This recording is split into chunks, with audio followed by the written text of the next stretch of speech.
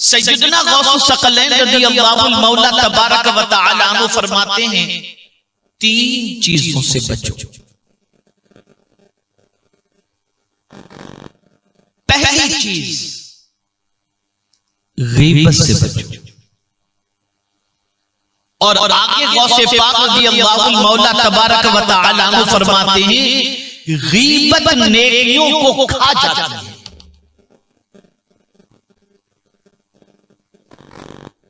पीठ पीछे किसी की बुराई करना यह है गीबत। और आक़ाए करीम सल्लल्लाहु अलैहि वसल्लम ने इरशाद फरमाया, अल गीबतु अशद्दु मिनज़ ज़िना। गीबत ज़िना से भी सख्तरीन है, सख्तरीन गुनाह है। अब ये फरमाया गया कि गीबत नेकियों को खा जाती। जहां आपने किसी की गीबत की, आपके दफ्तर से नेकियां निकल गई। कहां चली गई नेकियां? कहां चली गई? इसको मैं हदीस से आपको समझाता हूं। आक़ाए करीम सल्लल्लाहु अलैहि वसल्लम ने सहाबा से फरमाया, तुम जानते हो कि मुफलिस कौन? आज भी अगर किसी से पूछा जाए कि मुफलिस कौन है, तो आदमी जवाब देगा जिसके पास पैसा कौड़ी न हो वो मुफलिस है। सहाबा से पूछा गया, आक़ाए करीम सल्लल्लाहु अलैहि वसल्लम ने फरमाया, मुफलिस कौन है? तो सहाबा ने भी अर्ज़ किया, जिसके पास दिरहम और दीनार न हो मुफलिस है। तो सरकार सल्लल्लाहु अलैहि वसल्लम ने फरमाया, सुनो मुफलिस कौन है। इरशाद फरमाते हैं आक़ाए करीम सल्लल्लाहु अलैहि वसल्लम, जिसका मफ़हूम है मुफलिस वो है जिसने दुनिया में बहुत नेकी की, नमाज, रोजा, हज, ज़कात सब कुछ किया, लेकिन क़यामत में जब वो अल्लाह की बारगाह में हाजिर होगा तो उसके दफ्तर से सब खत्म हो चुका। वो मुफलिस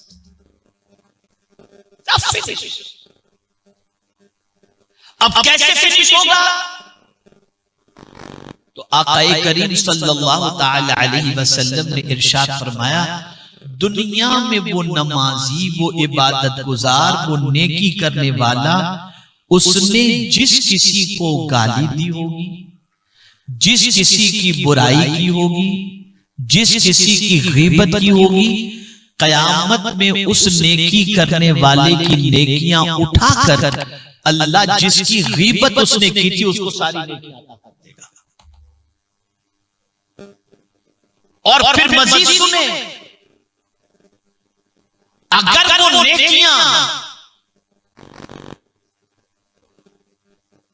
उस बंदे को जो सताया गया था या जिसके खिलाफ गीबत की गई थी, झूठ कहा गया था, गालियां दी गई थी, अगर वो नेकियां पूरी नहीं पड़ेंगी तो जिसकी जो है उसके गुनाह उठाकर इस गीबत करने वाले के नाम आमाल में डाल दिए जाएंगे।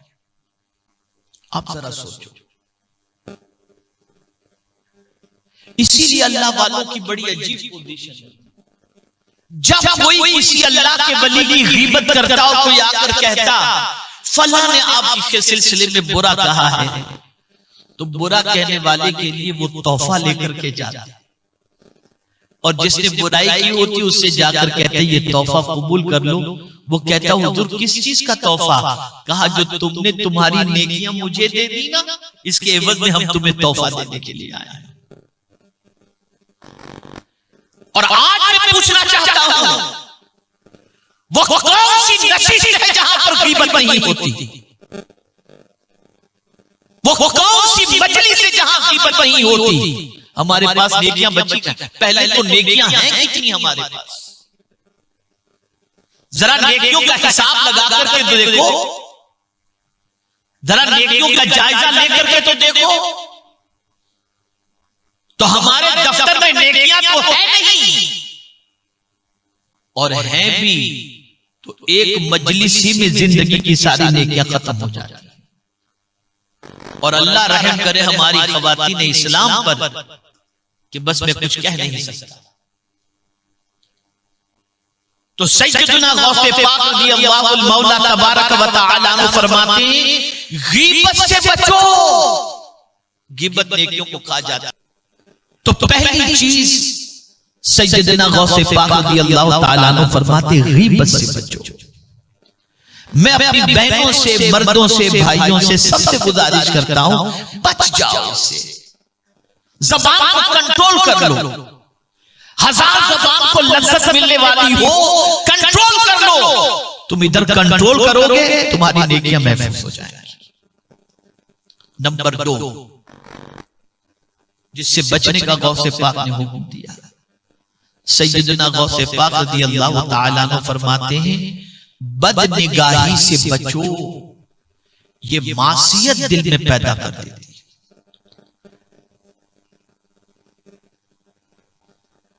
न लड़के लड़कियों को ताक झांक करें,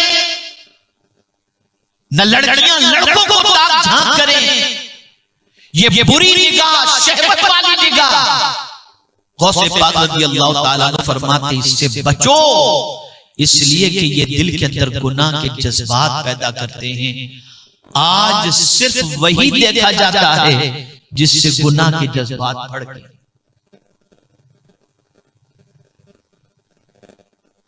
कुरान मुक़द्दस में रब्बे कदीर जल्ल जलालहू ने सिर्फ मर्दों से नहीं फरमाया कि निगाहें नीची रखो, बल्कि परवरदिगार ने औरतों से भी फरमाया।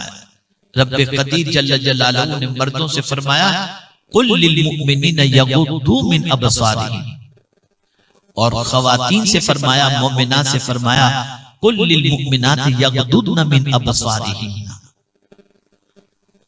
मेरे महबूब सल्लल्लाहु अलैहि वसल्लम आप मोमिनों से कह दें कि अपनी निगाहें नीची रखें।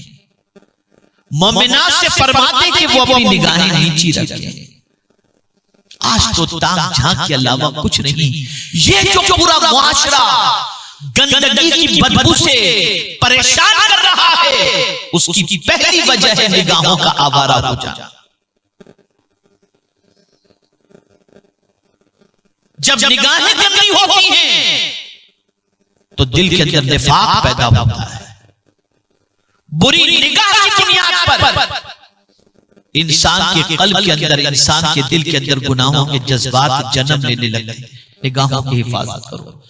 और ये भी इरशाद समात कर लें, अगर आपकी निगाह अचानक में उठी और किसी लड़की पर पड़ गई या किसी लड़की की निगाह किसी लड़के पर पड़ गई और उसने अल्लाह के डर से निगाह को झुका लिया, अल्लाह उसके दिल में नूर पैदा कर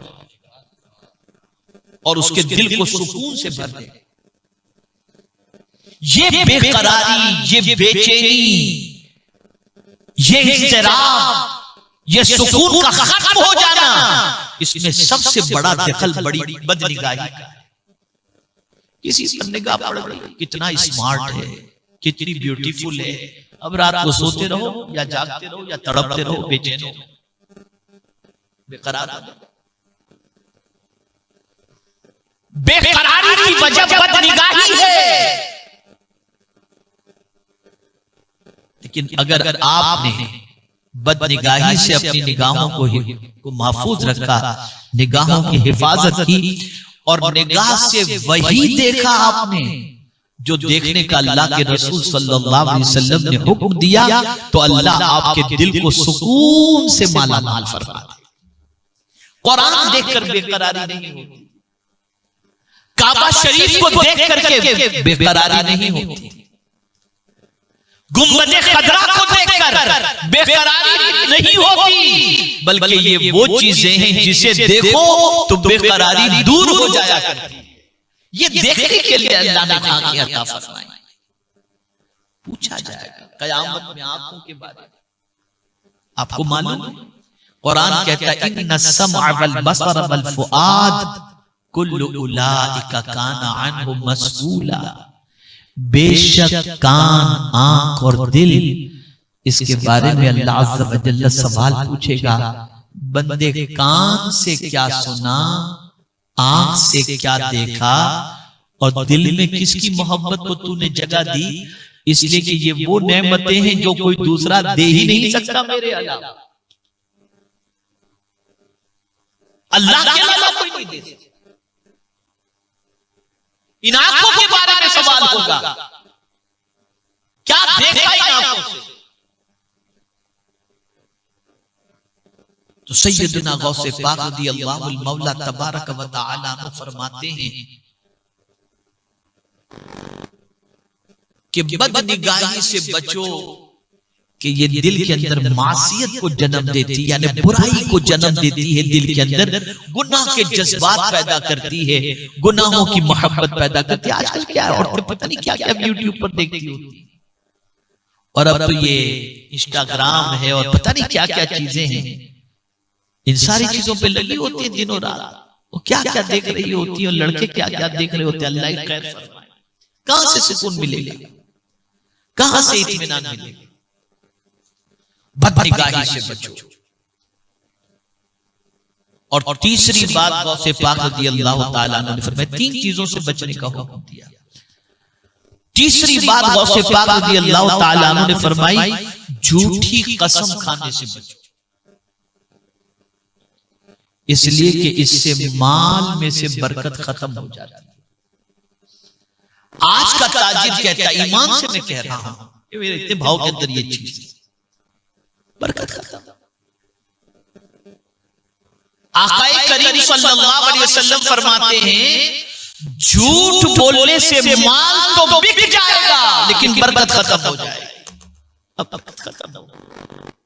अभी परसों मेरी यूके में बात हो रही थी साथी से, आप में से तो सब तकरीबन यूके वालों से सबके रिश्ते हैं, जानते हैं आप। जरा पूछ लीजिए इलेक्ट्रिसिटी की इस वक्त सिचुएशन क्या है। जिनका महीने का इलेक्ट्रिक बिल 200 पाउंड आता था, उनका 1000 पाउंड हो गया। जो कारोबारी लोग सब चीजों का रेट आसान, बरकत खत्म। यहां भी यही हाल है। अब तो अगर कोई सच बोले तो आदमी सोचता है, ऐसे भी लोग आज के दौर के अंदर मौजूद हैं। ये सिचुएशन है। तो सैयदना गौसे पाक रज़ियल्लाहु ताला अन्हु फरमाते, झूठी कसम से बचो।